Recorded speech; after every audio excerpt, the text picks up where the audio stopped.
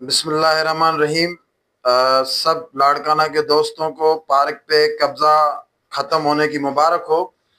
اور تمام وکلا برادری کی جدوجہد اور تمام سیاسی سماجی جو قوم پرست تنظیمیں ہیں، شہید بھٹو ہے، ان دوستوں کو بھی سلام کہ انہوں نے شہر کی مالکی کے لیے اپنا کردار ادا کیا۔ لیکن لاڑکانہ کے شہریوں کو، لاڑکانہ کے عوام کو میں ایک بات یہ واضح بتانا چاہ رہا ہوں کہ آپ اس پورے سسٹم میں سوائے چند صحافیوں کے، ظہیر ابڑو اور بی ٹی وی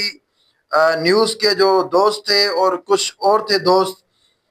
جو نظر آئے اس پورے معاملے میں، لیکن لاڑکانہ پریس کلب جو لاڑکانہ کے نام پہ سالانہ 1 کروڑ روپے سندھ گورنمنٹ سے چندہ لیتی ہے، بجٹ لیتی ہے، ان کا کوئی کردار نظر نہیں آیا۔ ہاں البتہ قبضہ ختم ہونے کے بعد انہوں نے جمیل سمرو اور جو ان کا یو سی چیئرمین ہے جس نے این او سی دی تھی سرائے سرفراز کا، جا کے اس کے دروازے تک پہنچ گئے اس سے ویوز لینے کے لیے، اس سے پوچھنے کے لیے کہ آپ نے یہ این او سی دی، وہ بول رہا ہے کہ ہم نے کام کرنے کے لیے دی تھی، یہ سارے جھوٹ بول رہے ہیں۔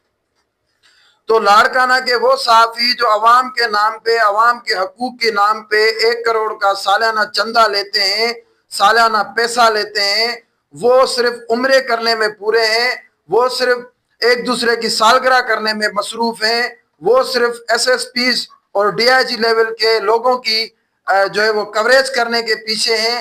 لیکن ان کو لاڑکانہ کے ریئل اور جینین ایشو نظر نہیں آتے ہیں۔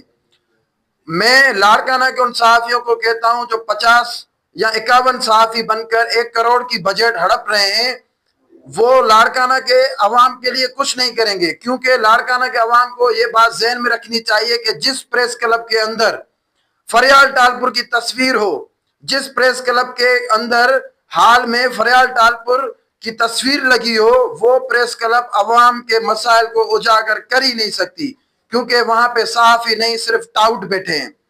لاڑکانہ کے لوگوں کو سجاگ ہونا پڑے گا، اپنے حقوق کے لیے اپنے وکلا بھائیوں کا ساتھ دینا پڑے گا